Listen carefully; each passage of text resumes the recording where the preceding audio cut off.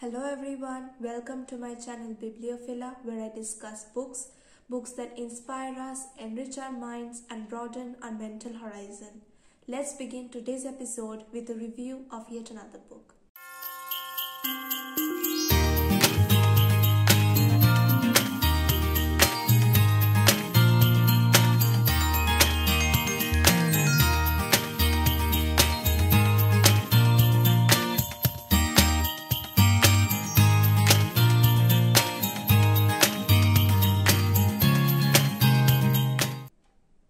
Today, I'll be talking about a book, Nabanna by Bijon Bhattacharya.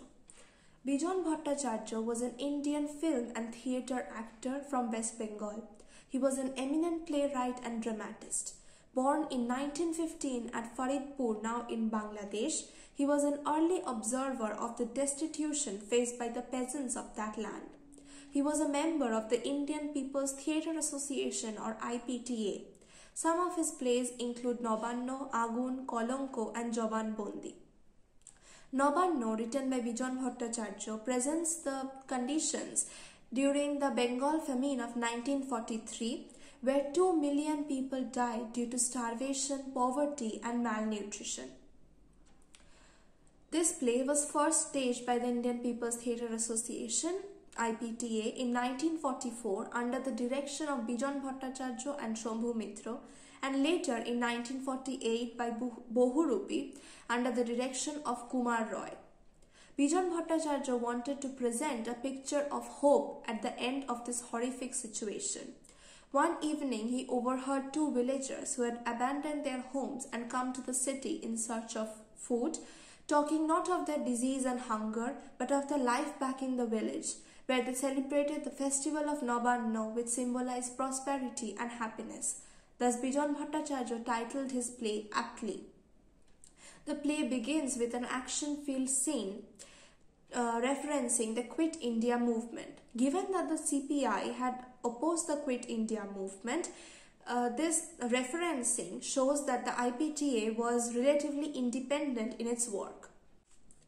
Though not named, the figure of Yudhishthir presents the picture of a leader who is not involved in the action but gives directions. This scene was criticized to be anti-Congress. In contrast to the character of Yudhishthir, the character of Panchanani was portrayed to be heroic, since it was based on Matangini Hajra. Matangini Hajra led a procession of volunteers to overtake the Tamluk police station. The police over there opened fire on the crowd. Matangini Hajra did not back out and she died of bullet wounds. The second scene introduces us to the main characters of the play, namely the villagers of Aminpur.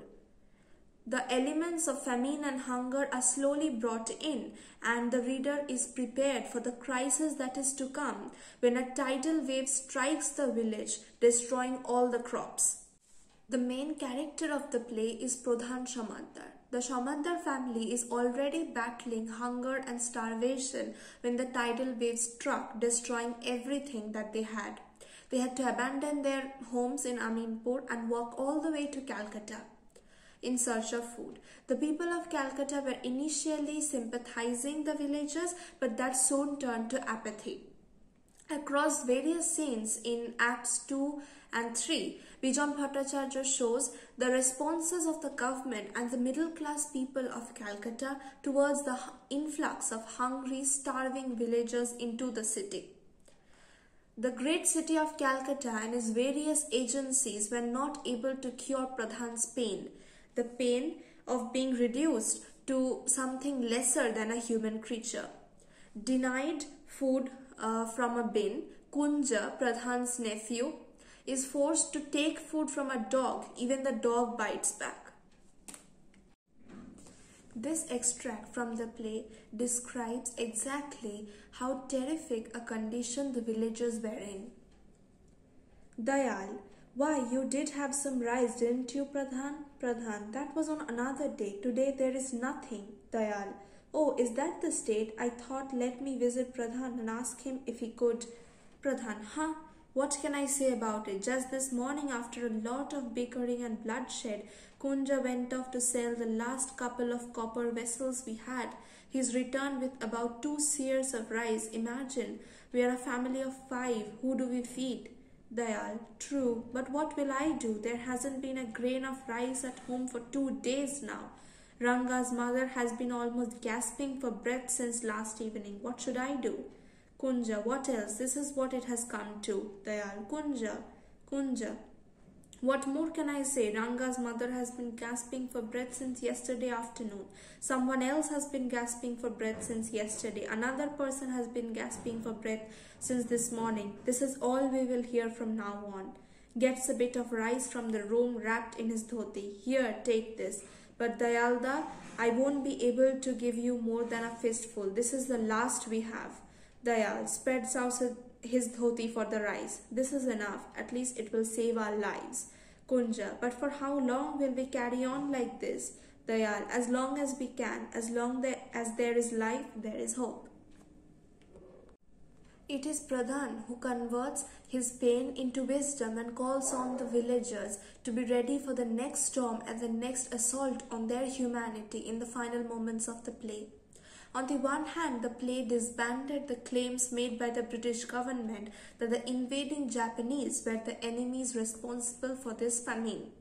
It in turn blamed the landowners, the moneylenders, the middle-class people, the merchants and the traders as the sole enemies of the peasantry.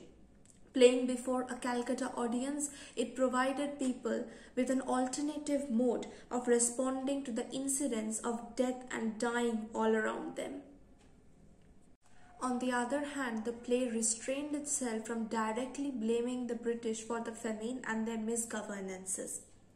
The CPI had just been allowed to function legally. There existed an environment of constant scrutiny and censorship through provisions such as the Dramatic Performances Act of 1876.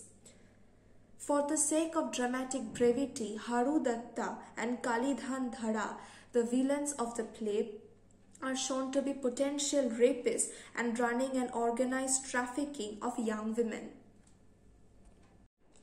Nabanna is a watershed in the history of the Indian stage on several counts. Created by the Indian People's Theatre Association IPTA, this place was used for campaigning, marking a break from the commercial stage and beginning of an activist amateur theatre. I sincerely hope that you have liked this analysis of the book Nabanna by Bijon Bhattacharya. If you have, please do not forget to like, share and subscribe to my channel Bibliophila. I'll be back again with an analysis of yet another book. Till then, keep reading.